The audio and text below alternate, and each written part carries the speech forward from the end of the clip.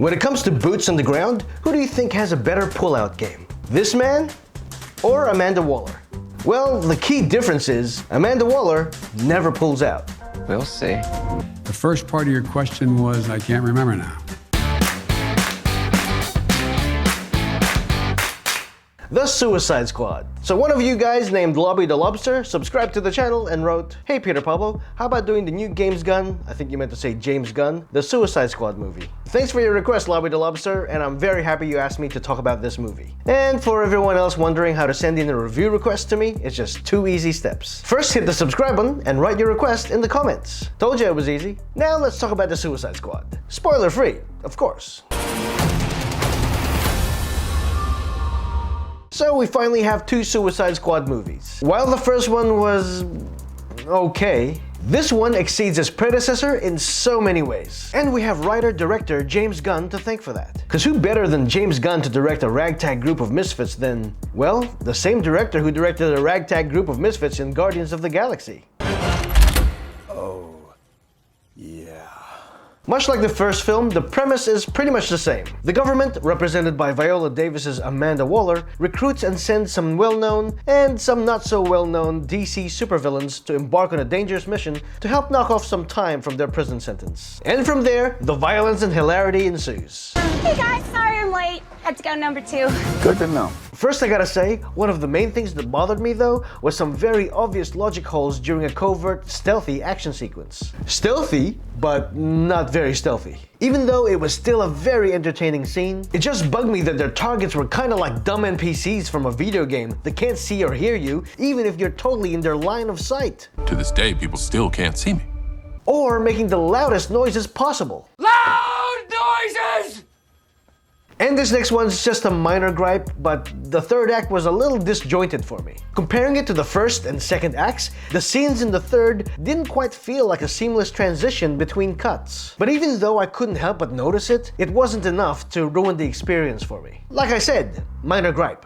Stop whining. Of course, I gotta give a lot of credit to James Gunn for cranking out a brilliant story while using some not so well-known DC characters. In the hands of a lesser director, I think this would have turned out to be just an okay movie. But what James Gunn did here is elevate the material to levels I wish the first Suicide Squad movie achieved. Huh? I mean, this is James Gunn at his best, firing in all cylinders. As soon as you have some sense about what's about to happen next, James comes in.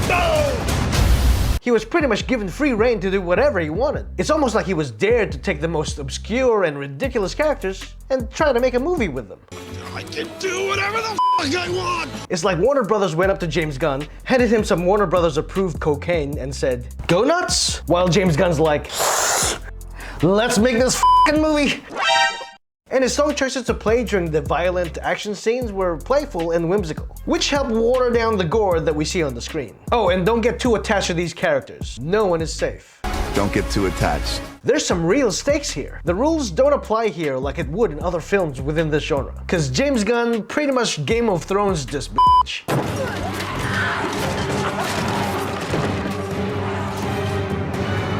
The comedy was so effective and it never felt out of place. They really embraced the silliness, you know? He's being silly because he knows that we enjoy the silliness. This is pure insanity at its finest, to the point where someone like Deadpool would fit right in. Oh, your poor wife. You really should stop. And yeah, I caught myself laughing out loud a lot of times. And? Yes, that is your hand. Very good. This movie is so random and totally unpredictable. Pretty high fun factor too, which makes a strong case for its rewatchability. We've got better character development in this film compared to the first. It's got heist elements and it's brilliantly paced. So many of the characters get their moment to shine. Naturally, some more than others. It's also got a beautiful balance of heaviness and levity. Some of the superpowers on display here are ridiculous. Some are badass, and some are a mixture of both. And I'm happy that at least now we can say, finally, Harley Quinn is in a great DC film. Finally! It's not all vulgar and gory action either. There are things here that people would find cute, some moments that people would find embarrassingly cringy, and some moments with a lot of heart and emotion. In a movie full of anti-heroes that are all douchebags, one thing I wasn't expecting was the film to have a heart. And the character who brings most of that heart is Ratcatcher 2. If she was the heart of the film, then I'd have to say that Bloodsport is the soul. You just can't help but invest in these characters. I'm gonna get you out of here alive. I'm going to get you out of here alive. So all I'm saying is, there's a lot of elements here that would appeal to people. Gotta freaking kaiju up in this shit! And the visual effects were great. Most of the CG here looked tangible. I feel like I could just touch the shark. Now kids, I don't condone trying to touch sharks, okay? Hey, that's a good title for my documentary. Sharks. They only bite when you touch the private parts. John Cena's performance in this film really surprised and impressed me. I say this because I've never seen him properly act like that before. He's getting good. Starfish is a slang term for a butthole. Think there's any connection? And talking about the cinematography, some of the shots in this film was so good that you'd think Zack Snyder was involved. Minus the overusage of slow-mo effects. Was that really necessary? It's necessary. Over the years since Margot Robbie got cast as Harley Quinn, we've gotten accustomed to seeing Harley as a smart-mouthed troublemaker that kicks butt when the occasion calls for it. But there's a scene here that not only shocked me, but aggressively reminded me that, oh that's right, Harley's a psychopath. Straight up murder? The writing here was so efficient. Not a single second of the 2-hour and 13-minute runtime was wasted. And the stunts were executed really well. There's a long list of stuntmen and women in the credits. And it just amazes me that not once did I see their faces exposed in the action scenes. I mean, these guys really take a beating. When you start to shake, you know it's gonna break. Ow! Now before I share my final thoughts, just a friendly reminder to click like, share, subscribe, and hit the bell for notifications so you don't miss out on my future videos. And if you like my content, I want you to become one of my valued subscribers by supporting this channel on Patreon, simply at patreon.com/PeterPabloReviews, just like these Patreon legends right here. You'll also find the link in the description below. And thank you so much for your support. Now for my final thoughts. We're all gonna die. I hope so.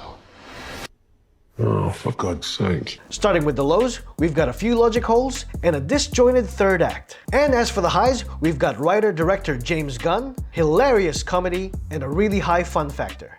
How did they do that? So overall, I gotta say, it's been a long time since I've had this much fun watching a film. And I know many of you would ask, with all the praise you're giving this film, is it safe to assume this'll be a GOAT?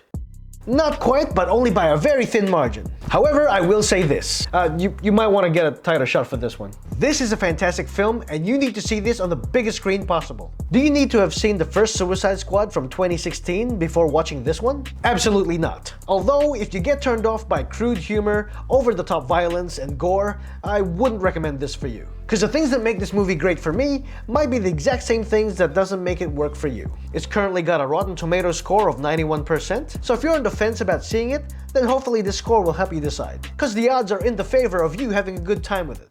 I like those odds.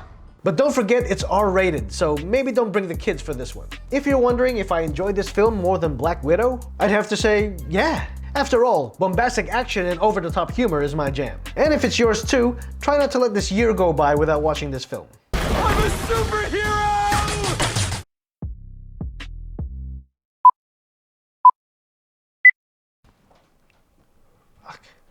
Oh, fucking hell, there's an earthquake.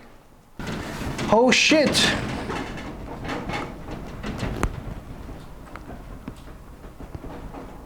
Holy shit, there's a fucking earthquake. Holy shit! Well, that's not scary at all. Honestly, my first instinct was to save my PlayStation 5. PlayStation.